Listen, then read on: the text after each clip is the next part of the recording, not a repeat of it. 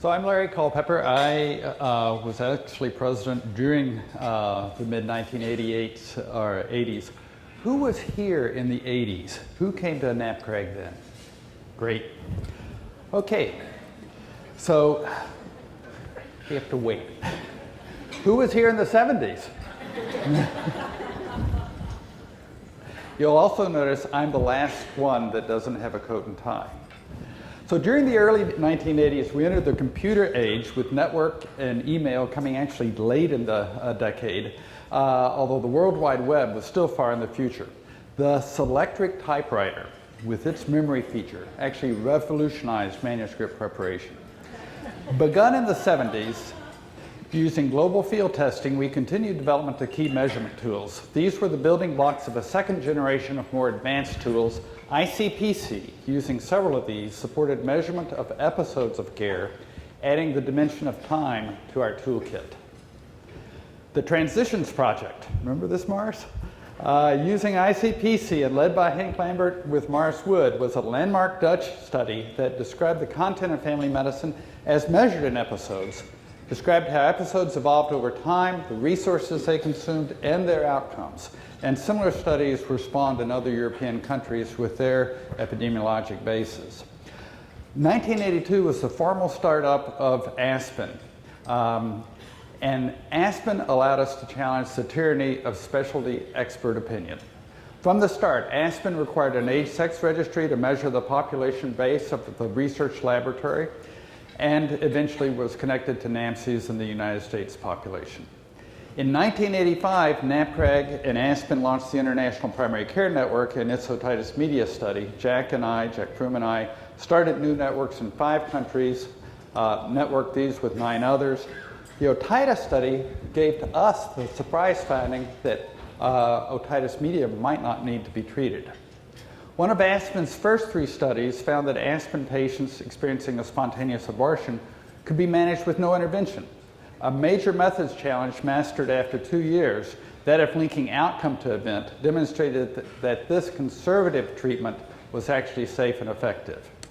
This and other Aspen studies demonstrated the value of evidence from practice and can be viewed as precursors to the Patient-Centered Outcomes Research Institute, recently authorized by Congress, to provide evidence from practice to help patients and clinicians make informed decisions.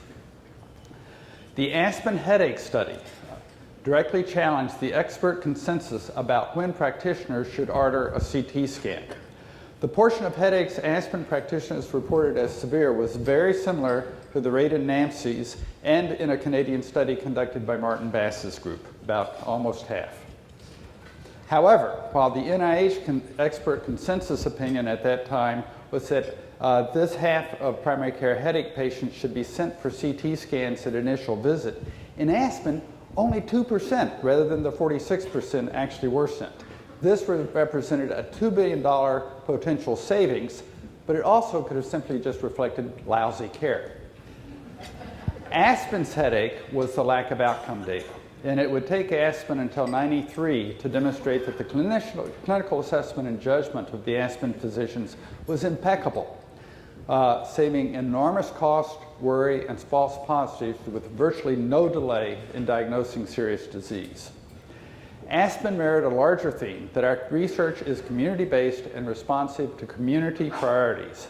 Led by family physicians and reported at NAPCRG, and in our literature, much of which is now lost, we championed community-oriented primary care, a precursor to current community-based participatory research.